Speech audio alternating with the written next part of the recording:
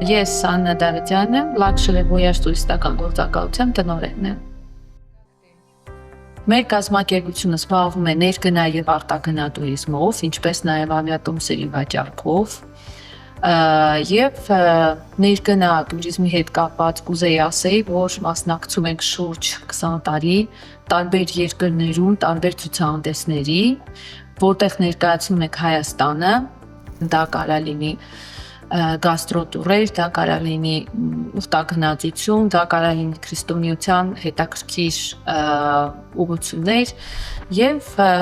ներկայացնել աշխարհին, թե ինչպիսի հյուրասեր ազգ ենք մենք, դա մեր ինձ դիմա ներգնա տուրիզմի ամենակարևոր կետերից մեկն է եւ աշխատում ենք շուրջ 120 տարբեր միջազգային կազմակերպությունների եւ պետական տարբեր հիմնարկների հետ, որոնց օգնում ենք ճանապարհորդել ամբողջ աշխարհով, ամրագրել հյուրանոցներ, տոմսեր եւ առհասարակ լինել իրենց կողքին։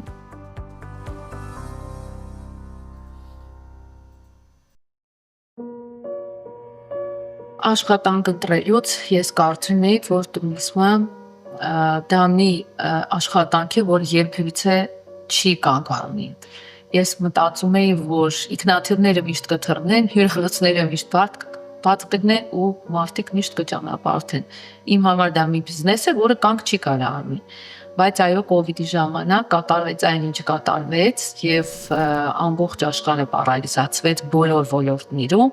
բայց մենք բոլորս հասկանում ենք, որ եւ հիմա եւ այն ժամանակ առաջին sense ոլորտը, որը միանգամից գայուն դասկում է, դա տուրիզմն է։ Այսինքն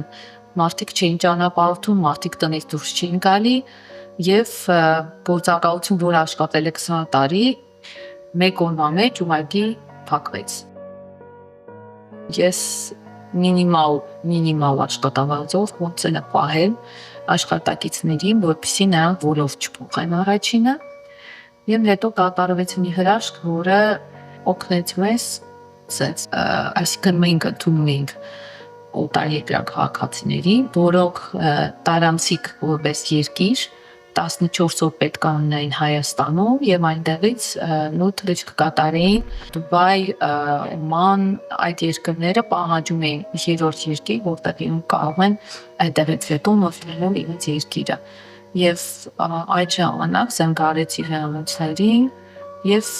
խնդրեցի, որ հյուրանոցները չփակեն, աշխատակիցներին չփակեն, որովհետեւ այո, խմբեր պետք է կան եւ պետք է օգնենք իրենց ինչ-որ ձևով այստեղ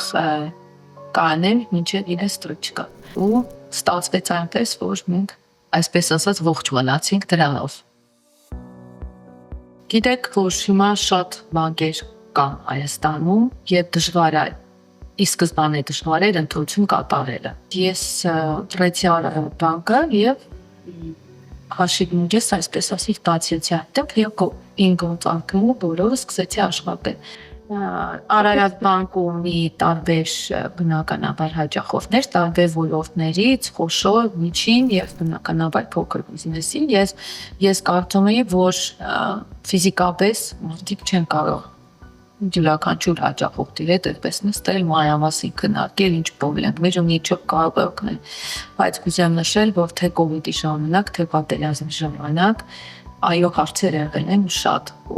եւ դիմել եմ, փորձել եմ քննարկեմ ինչ որ հարց, երբևիցե դա չի հետաձգվել, երբևիցե չի եղել, որ ասեն այո, գրավոր կերպով ներկայացրեք, ոչ, միշտ ընդունել են, միշտ լսել են, միշտ խորհուրդ են տվել եւ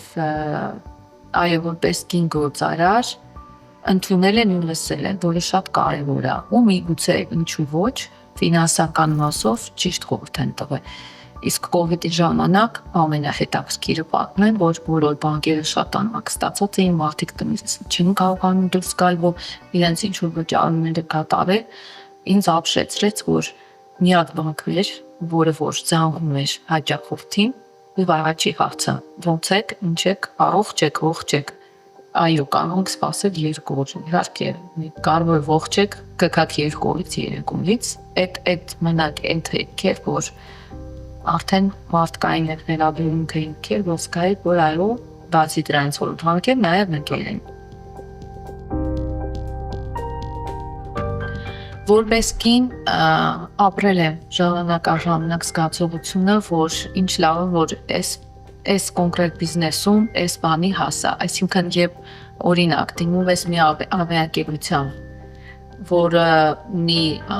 որում աշխատում են միայն տղամարդիկ, խոսում եմ Սաուդյան Արաբիայի ավիաուղիի մասին, ու հասարակ գիտեք այնտեղ կին գործադար ինչպես դժվար է ներկայանալ։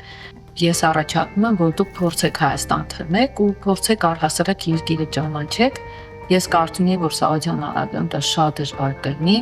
հատկապես եթե իմ հետ դիմել են նաև տղամարդիկ։ Որովհետև գիտեք, այնտեղ կինը նույնիսկ չի աշխատել տարիներ առաջ, մինչև իրենց այս վերջին փոփոխությունները։ Ու տենց անհույս, շատ անհույս, իսկ երբ բացեցի էլեկտրոնային նամակ ստացա, որ այո դուք ընտրվել եք որպես ներկայացուցիչ Սաուդյան Արաբիայի ավիաուղիների ու նկարահանման ժամանակ այդ նկարի վրա տղամարդիկ էին, ես այդ ժամանակ շատ հպարտացի այդ բանին։ Կանայք, որոնք ստեղծում են, տալիս են թևեր եւ մտքեր նոր սերնդին։